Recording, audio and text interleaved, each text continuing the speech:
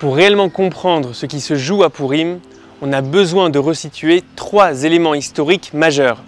Premièrement, l'histoire de Pourim se passe environ 50 ans après la destruction du premier temple. Le peuple juif est pour la première fois en exil. Il est dispersé dans l'empire babylonien qui va devenir l'empire perse. Deuxième élément important, quelques années avant Pourim, le décret du roi Cyrus a déjà eu lieu. Maintenant, qu'est-ce que c'est que le décret du roi Cyrus?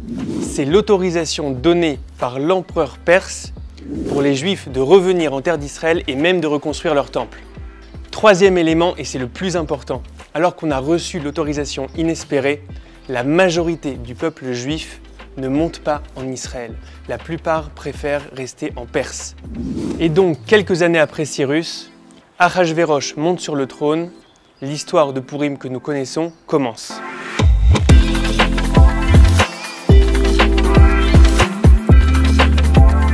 La question qui se pose, c'est comment ça se fait que la majorité du peuple juif préfère rester en Perse? Pourquoi personne ne monte en Israël? Pour mieux comprendre l'état d'esprit de la génération de Pourim, j'aimerais qu'on étudie ensemble un texte du Talmud dans le traité de Megillah. Les élèves de Rabbi Shimon Bar Yochai lui ont demandé pourquoi avoir fait peser une menace aussi grave, une menace d'extinction, sur le peuple juif à l'époque de Pourim.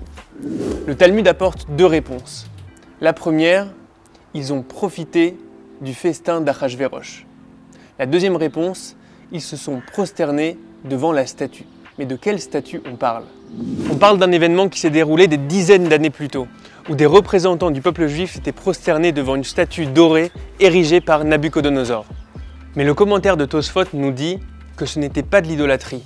Ce que cette statue signifiait, c'est qu'à partir de maintenant, la civilisation dominante serait Babel. Et donc le fait que des représentants du peuple juif se prosternent devant cette statue-là, c'est d'une certaine manière accepter qu'à partir de maintenant, nous ne serons plus la civilisation, on laisse les clés à l'empire babylonien.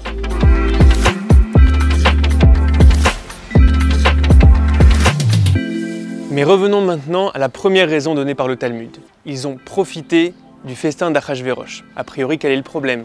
C'est un événement officiel, il faut des représentants des différentes communautés. Mais le Talmud nous fait remarquer quelque chose.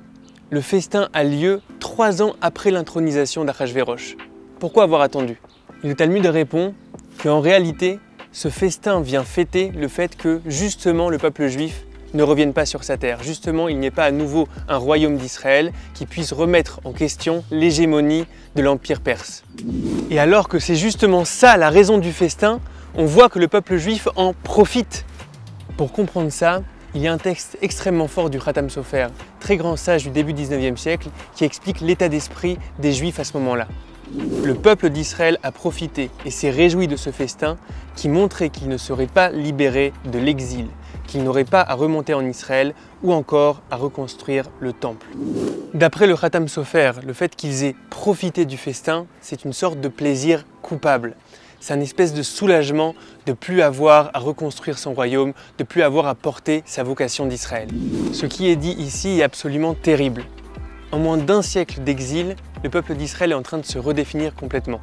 Il ne veut plus revenir en Israël.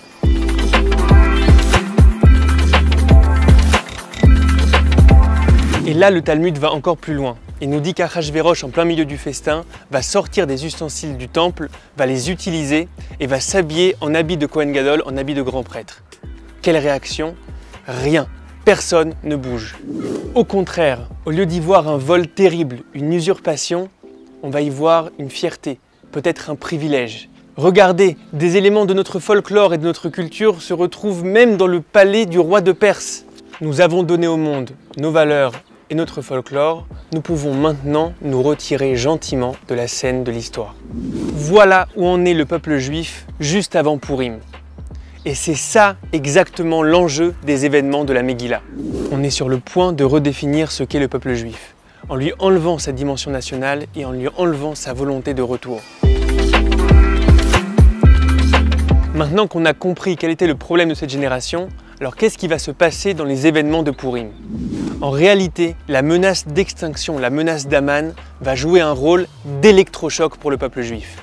En quelques mois, accompagné par Mordechai et Esther, un peuple fatigué et las va retrouver sa vitalité, va être capable de vaincre par les armes ses ennemis, va renouer avec son alliance et même pour certains vont monter en Israël avec l'alia de Ezra et Néhémia. Cette tentation qu'on voit ici, celle de renoncer à la volonté de retour, de se fondre parmi les peuples, d'idéaliser la figure du juif errant, cette tentation peut exister à toutes les époques. C'est aussi pour ça que nous fêtons Pourim, parce que l'histoire de Pourim, c'est l'histoire d'un peuple en exil, sur le point de s'éteindre, et qui va trouver les forces de continuer d'exister.